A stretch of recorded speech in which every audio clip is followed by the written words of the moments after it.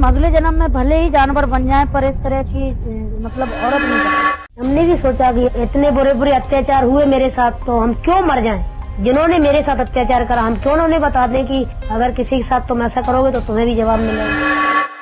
এক সারিতে 22 জনকে দাঁড় করিয়ে হত্যা করার পরেও বিন্দুমাত্র অনুশোচনা করেননি এক নারী। 1981 সালে সেই ঘটনা ভারতের বাইরেও ব্যাপক আলোচনার জন্ম দেয়। 80-র দশকে বলিউড সিনেমা শোলের ভিলেন গব্বর সিংয়ের চেয়েও অধিক জনপ্রিয় হয়ে উঠেছিলেন তিনি। সে সময়ে কোনো নারী পুরুষ দ্বারা উত্ত্যক্তের শিকার হলে ওই নারীর উদাহরণ দিয়ে হুমকি প্রদান করা হতো।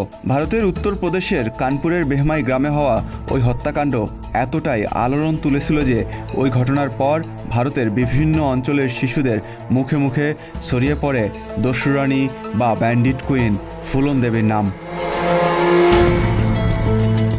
কিন্তু কিভাবে একজন সাধারণ কিশোরী থেকে ধীরে ধীরে হয়ে ওঠেন পুরোদস্তুর ডাকাত দলের সর্দার? ফুলন দেবী তার লক্ষ্যে যতটা দৃঢ়, তার হৃদয় তার চেয়েও বেশি কঠোর ছিল। তরুণ বয়সে ফুলন দেবীর সাথে ঘটে যাওয়া একের পর এক নৃশংস ঘটনা তাকে কঠোর থেকে কঠোর হৃদয়ের মানুষে পরিণত করেছিল বলে বলা হয়ে থাকে। 1963 সালে ভারতের উত্তরপ্রদেশের একটি নিম্ন বর্ণের হিন্দু পরিবারে জন্মগ্রহণ করেছিলেন ফুলন দেবী। মাত্র 11 বছর বয়সে চাচাদের চাপের মুখে পড়ে তার পরিবার তার বয়সের চেয়ে 3 গুণ বয়স্ক পুতিলালের সাথে বিয়ে দিতে বাধ্য হয়, যিনি ফুলন দেবীকে শারীরিক ও যৌন নির্যাতন করতেন। অত্যাচারের মুখে শিশু ফুলন বেশ কয়েকবার স্বামীর বাড়ি থেকে নিজ বাড়িতে ফিরে আসলেও সামাজিক চাপের মুখে পড়ে বারবার তাকে স্বামীর বাড়িতে ফেরত পাঠানো হয়। 1979 সালে জমি দখল নিয়ে পারিবারিক বিরোধের জের ধরে চাচাতো ভাইকে পাথর ছুঁড়ে আহত করেন কিশোরী ফুলন দেবী। এই ঘটনার পর প্রায় 1 মাসের জন্য তাকে স্থানীয় থানা পুলিশ আটক করে রাখে। থানায় তাকে ধর্ষণের বিষয়ে জিজ্ঞেস করলে জবাবে তিনি বলেছিলেন, তারা আমাকে নিয়ে অনেক মজা করেছিল আর আমাকে প্রচণ্ডভাবে মারধর করেছিল।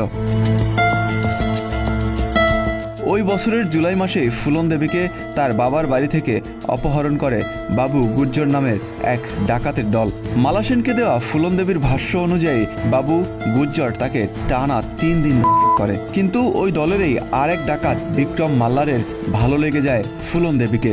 তাকে অপহরণের 3 দিনের মধ্যে বাবু গুর্জরকে করে দলের নেতা হন বিক্রম মাল্লা। বিক্রম ফুলন দেবীকেও অস্ত্র চালানো শেখায় এবং ডাকাত দলের সদস্য করে নেয়। পরের প্রায় 1 বছর তাদের ডাকাত দল উত্তরপ্রদেশের দেভারিয়া, কানপুর আর ওরাই অঞ্চলে চাষের রাজত্ব কায়েম করে।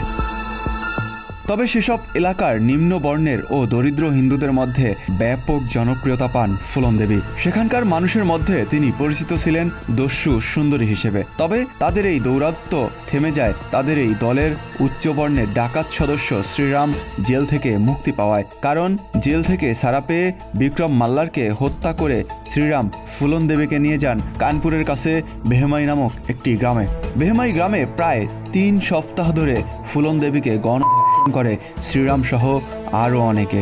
ফুলন দেবী বলেন, গ্রামবাসীর সামনে নগ্ন অবস্থায় কুয়া থেকে পানি আনতেও পাঠানো হয়েছিল তাকে। বেহমাই থেকে পালিয়ে আরেক দস্যু মান সিংয়ের সাথে ডাকাত দল তৈরি করেন ফুলন দেবী।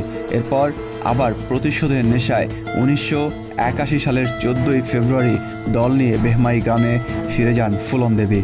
সেখানে গিয়ে তারা গ্রামবাসীকে বলেছিলেন শ্রীরামকে তার হাতে তুলে দিতে, কিন্তু পুরো গ্রামে শ্রীরামকে খুঁজে না পেয়ে ক্ষুব্ধ হয়ে 22 জন ঠাকুর সম্প্রদায়ের পুরুষকে এক লাইনে দাঁড় করিয়ে গুলি করে হত্যা করেন ফুলন দেবীর ডাকাত দলের সদস্যরা।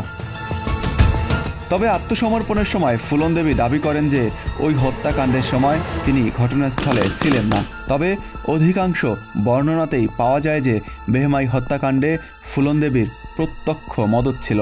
বেহমাই হত্যাকাণ্ডের পর ফুলন দেবীকে গ্রেফতারের জন্য চাপ পড়ে আইন শৃঙ্খলা রক্ষাকারী বাহিনীর ওপর, কিন্তু প্রায় 1 বছর চেষ্টা করেও তাকে গ্রেফতার করতে পারেনি তৎকালীন আইন শৃঙ্খলা বাহিনী। তবে তাকে আত্মসমর্পণ করার জন্য চেষ্টা চালায় মধ্যপ্রদেশের পুলিশ, আর এ দায়িত্ব দেওয়া হয় ভিন্ড জেলার এসপি রাজেন্দ্র চতুর্বেদীকে। রাজেন্দ্র চতুর্বেদী 1982 সালের ডিসেম্বর মাসে ফুলন দেবীর সাথে দেখা করতে মধ্যপ্রদেশ থেকে উত্তরপ্রদেশের চম্বল জেলার খেদান এলাকায় একা যাত্রা করেন। তিনি প্রায় 12 ঘন্টা ফুলন দেবী ও তার দলের সাথে ছিলেন। পরের 2 মাসে রাজেন্দ্র চতুর্বেদী একাধিকবার ফুলন দেবীর সাথে দেখা করেন। ফুলন দেবীর বিশ্বস্ততা অর্জন করতে তার স্ত্রীকে ফুলন দেবীর সাথে দেখা করতে নিয়ে যান। তারপর মুখ্যমন্ত্রী অর্জুন সিং ও রাজেন্দ্র চতুর্বেদী তৎকালীন প্রধানমন্ত্রী ইন্দিরা গান্ধীর সাথে দেখা করেন এবং তার কাছ থেকে অনুমতি নেন যেন ফুলন দেবীর আত্মসমর্পণ প্রক্রিয়া শুরু করতে পারেন। 1983 সালের ফেব্রুয়ারি মাসে ভিন্ড জেলায় ফুলন দেবী ও তার দলের আত্মসমর্পণের দিন ঠিক করা হয়। আত্মসমর্পণের স্টেজে পৌঁছেই সেখানে রাখা গান্ধীজির ছবিতে ফুলন দেবী প্রণাম করেন। তারপর সেখানে উপস্থিত মানুষের দিকে তাকিয়ে তার হাতের রাইফেল উঁচু করেন। তারপর সেটি অর্জুন সিং এর পায়ের কাছে রাখেন। 1983 থেকে 1994 সাল পর্যন্ত ফুলন দেবী জেলে ছিলেন। 1994 সালে তার বিরুদ্ধে থাকা সকল মামলা তুলে নেওয়া হয় এবং তিনি কারামুক্তি পান। এরপর 1996 সালে তাকে সমাজবাদী পার্টির লোকসভা নির্বাচনের টিকিট দিলে তিনি মধ্যপ্রদেশ থেকে সংসদ সদস্য নির্বাচিত হন। 1999 সালে দ্বিতীয় দফায় লোকসভা নির্বাচনে বিজয়ী হন তিনি। সাংসদ থাকা অবস্থাতে 2001 সালের 25শে জুলাই তার দিল্লির বাসভবনের সামনে থেকেই গুলি করে তাকে হত্যা করে শের সিং নামের এক যুবক। সেদিন ফুলন দেবীকে 9টি গুলি করা হয়েছিল। পরবর্তী 2 দিনের মধ্যে ওই আততায়ীকে গ্রেফতার করা হলে তাকে যাবজ্জীবন কারাদণ্ড দিয়ে জেলে পাঠানো হয়। তবে 2004 সালে জেল থেকে আদালতে নেওয়ার সময় পালিয়ে যায় শের সিং। পরে 2006 সালে আবার ধরা পড়েন তিনি। 2016 সালে শের সিং রানাকে জামিনে মুক্তি দেওয়া হয়। ফুলন দেবীর জীবন অন্যায়, প্রতিশোধ ও ক্ষমতার এক নির্মম বাস্তব গল্প, যার শেষ হলেও তার বিতর্কিত ছায়া আজও ভারতীয়দের মনে প্রশ্নের সৃষ্টি করে।